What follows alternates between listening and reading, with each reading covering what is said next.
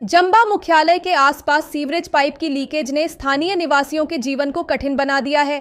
विशेषकर गुरुद्वारा श्री गुरु अर्जन देव साहब के पास, जहां सुबह 7 बजे से 10 बजे तक श्रद्धालुओं का आना जाना होता है, वहीं दयानंद मठ के स्कूल के छात्रों को भी इसी मार्ग से गुजरना पड़ता है। गंदे पानी की लीकेज ने इस रास्ते को गंदगी से भर दिया है, जिससे लोगों के लिए यहां से गुजरना मुश्किल हो रहा है। छोटे छोटे बच्चे सुबह अपने स्कूल बैग लेकर बड़ी कठिनाई से इस गंदगी को पार कर रहे हैं। स्थानीय निवासियों का कहना है कि इस बदबू से न केवल उनकी सेहत प्रभावित हो रही है, बल्कि आसपास के घरों में भी असहनीय स्थिति उत्पन्न हो गई है। स्थानीय लोगों ने कई बार इस समस्या की शिकायत संबंधित विभाग से की है, लेकिन स्थिति जस की तस बनी हुई है। विशेष रूप से चिंता का विषय यह है कि यदि स्कूलों, मंदिरों और गुरुद्वारों के रास्तों पर इस तरह की गंदगी को लेकर प्रशासन गंभीर नहीं है, तो अन्य स्थानों की स्थिति क्या होगी?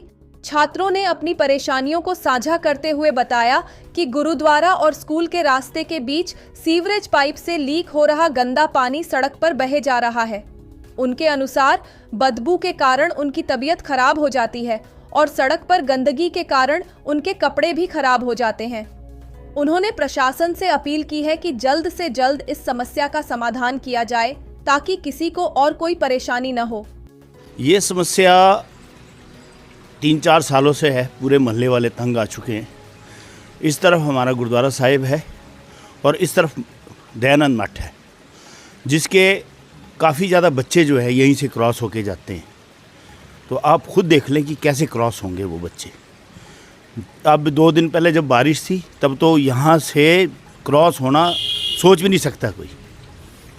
और मैं कह रहा हूँ कि जो पाइप है यहाँ की 1.5 फुट या 2 फुट पड़नी चाहिए थी।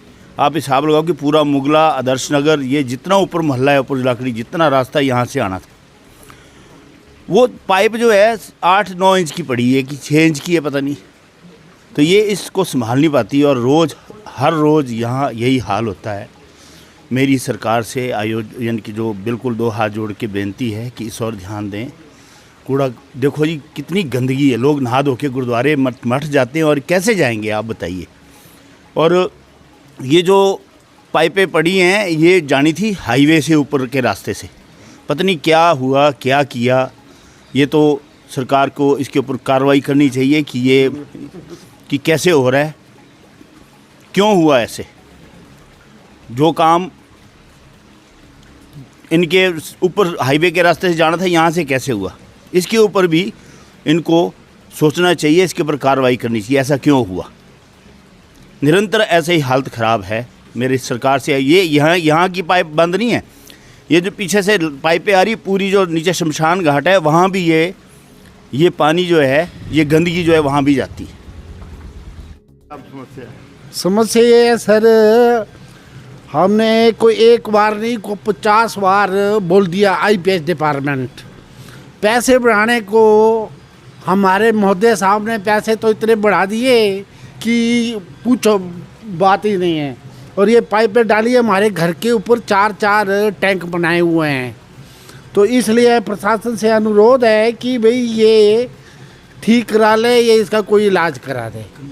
हाँ, नहीं तो स्कूल, गुरुद्वारा, मंदिर, आम रास्ता आने जाने में इतनी दिक्कत है कि आने वाले टाइम पर ये हमारा जीना मुश्किल हो जाएगा।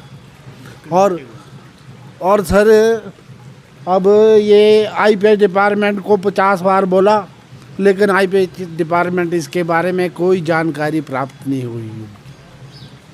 रोज़ाना सीवरेज की लीकेज के कारण बड़ी परेशानी आती है। स्मेल, गंदगी इतनी है कि बीमारी फैलने की आशंका है।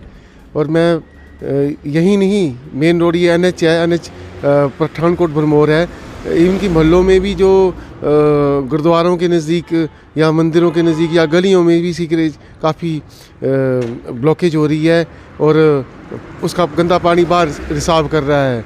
मैं विभाग को यही आग्रह करना चाहूँगा कि वो जल्द से जल्द इस समस्या का निपटारा करे, ताकि कोई बीमारी ना फैले। सर आ रहे हैं, बताइए। हम यहाँ पे रोज़ आते हैं, क्रिया से आते हैं, तो यहाँ पे रोज़ गंदगी होती है। तो हमको मतलब इधर से जाने में बड़ी मुश्किल होती है। यहाँ पे बड़ी गंदी स्मेल आती है। कभी कभी हमारे कपड़े ख़राब हो जाते हैं, बारिश होती है तो ज़्यादा ही ख़राब हो जाते हैं ना। तो फिर इसको ठीक किया इसको ठीक किया जाए। जाए फिर। बहुत होती है, बारिश पानी बहुत आता है। इसका पानी हो गया अंकल, लीक हो गया है, पानी लीक हो गया सीवरेज का, इसलिए हमको स्मेल आती है। रोज हमसे चलाते हम साइड जाते हैं, इसलिए इसको साफ करना चाहिए। हाँ जी, जिसने बोला वही।